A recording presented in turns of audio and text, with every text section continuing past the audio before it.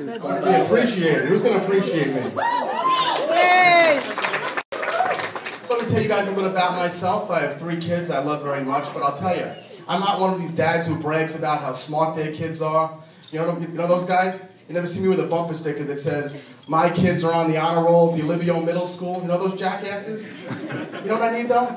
I need a bumper sticker that says, "My kids are barely getting by at the Sylvan Learning Center." That's what I need. My wife gave birth to our first son a year and a half ago. Thank you. Yeah.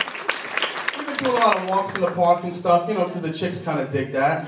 I do find it very strange, though, when people stick their head in the stroller and say weird things like, "Oh boy, he's going to be a lady killer," or "This one here's going to be a real heartbreaker." I want to know, how come nobody ever walks up to a baby girl in the stroller and says something like, "Oh, look at this one. Someday, she's going to be a filthy whore." Right? No one says that. You know, ever since I started having kids, I realized one thing. Nobody really gives a shit about me anymore, you know? I'm walking in the mall the other day with my son, and I'm thinking to myself, I could have a pickaxe sticking out of my forehead right now, and nobody would do a goddamn thing to help me. But the minute a sock falls off of this fucking kid's foot, people come crawling out of the woodwork like I'm handing out free Cinnabons. I can't stand that. True story, actually. My son was conceived on a family trip to Sesame Place. It's not a joke, it's true. My wife brags about this, tells all of her friends about it, and she insists that one day we're actually going to tell our son about it. Now, I don't know about you guys, but I 100% disagree. I don't think there's any way we should ever tell Kermit. Right? What's his name? How sad is that? Speaking of little Kermit, I'd like to reflect back to the day my son was born. I'll never forget it. I'm in the hospital, and my 8-year-old comes up to me and says, "Hey, Daddy, can I ask you a question?"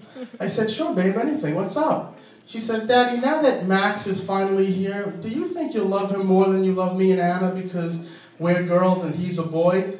Melts your heart, right? So I kneel down and I say to her, "Oh my God, Samantha, my love, what kind of question is that, baby?" "Of course I'll love him more." Oh my God. It's so fucking stupid. It's a boy. What a jerk. Idiots. I love my kids. I actually started coaching their soccer team last year. It's been a very gratifying experience. I've learned a lot of things, but nothing more important than how to handle myself if a medical emergency ever happens on the field. Lesson number 1, if something happens to a kid on the field, give him a sip of water. That's what you do. It's going to fix it no matter what happens, right? A little sip of water. "What's the matter, Timmy? You're having a severe allergy attack? Your lungs are constricted, you can't catch your breath? Here's a little water, buddy. Go ahead. Swish it around. Swish it and then spit. You'll feel much better. Right? Swish it around. Jimbo, get up. Come on, Jimbo. We're playing a game here. What? You have a compound fracture? Your femur? Your bone sticking out of your leg? Shit, I better call for some help right now. Somebody get me some help. Jimbo's got a compound fracture and his bone sticking out of his leg. Grab that bottle of Poland Spring, please. You'll feel better. What else should we talk about? How about my wife? Let's talk about her for a second. You guys ever seen this commercial for erectile dysfunction? Where there's a man and a woman on the front lawn and they're raking leaves, and the man just stops and he gives the wife a look, and the next thing you know, they're off in the bedroom because the moment was right for them. You guys have seen that commercial before? Well, ironically, my wife and I were raking leaves recently. So I figured, hey, maybe the moment's right for us.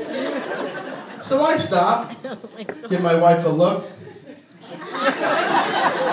She gives me a look back, and she says, "What the fuck are you staring at, fat ass? You think these fucking leaves are gonna pick themselves up? Grab a goddamn rake and stop creeping me out." It'd be difficult, unbelievable. Right before I came over to the club tonight, she started on me. Or this morning, she started on me first. She said, "How about making yourself useful today? Instead of sitting around all day, filling your fat face and Facebooking all your bitches, why don't you go ahead and do the laundry? Or take my car for breaks?" So I said, "Fine, I'll do it." And then wouldn't you know, right before I came over to the club tonight, she starts on me again. "Way to fuck up my laundry, loser. Thanks to you now, all my whites are pink. You know something? You are fucking useless." If she thinks her laundry came out bad, wait till she sees what I did to her brakes. Not good. She's tough. She's a tough broad. She even gets on me for how much money I spend on lunch. You believe it? Stop wasting all of our life savings on food. Come home and make yourself a sandwich. So yesterday I actually did. I come in the house and guess who's standing there but good old Red Rum herself. What the fuck are you doing here? You scared the living shit out of me. Why didn't you call first? So I said, well, I was a little hungry and I live here. Fine. Go make yourself a sandwich. Don't touch the honey maple turkey or the boar's head Swiss. So I open up the cold cut drawer. I find 2 pieces of American cheese curled up, 1 piece of bologna so old it has morphed into olive loaf, and 3 pieces of Stop and Shop ham sitting in a bag filled with heavy condensation. So you know what? I have had it. You want to know what I did today? I went out and I spent $12 on a buffalo turkey panini with Swiss cheese and ranch dressing. And I loved every goddamn bite of it. Yes, I did. Thank you. And then you know what I did? I went out and I spent $500 on a new set of golf clubs. I don't even play golf. So she's always yelling at me, I'm sick of you! I'm sick of all your bullshit and your nonsense, your fantasy baseball, your dishes all over the house, your burst appendix. Oh, so heartless. Can't do anything right around now. You can't even put the goddamn garbage can on the right way. So I said, well, I do put the garbage can on the right way, but that raccoon's always flipping it off. If you put the goddamn thing right in the first place, the raccoon would be able to flip it off. But you want to know the saddest part of the whole story? Poor little raccoon has rabies. Yeah, my wife bit him. Yeah, not good. She never stops. You go out the other day with the kids, you leave the windows open, the door's open, you leave me home all by myself. And how come you didn't turn the alarm on? I said, well, turning the alarm on might actually deter a kidnapper from coming in to get you. Right? You know my biggest pet peeve in life, though? Men who are afraid of your wives. A lot of you men out there are afraid of your wives. I can see it. I'm in King Kong the other day, and I'm noticing is a man is holding a cup of yogurt in his hand. 1 cup of yogurt, and he's screaming down the aisle to his wife, Sheila, can I buy this?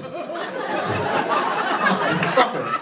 Sheila, can I buy this? I'm like, dude, really? 75 fucking cents for a cup of Yoplait yogurt? Buy the goddamn cup of yogurt, bro.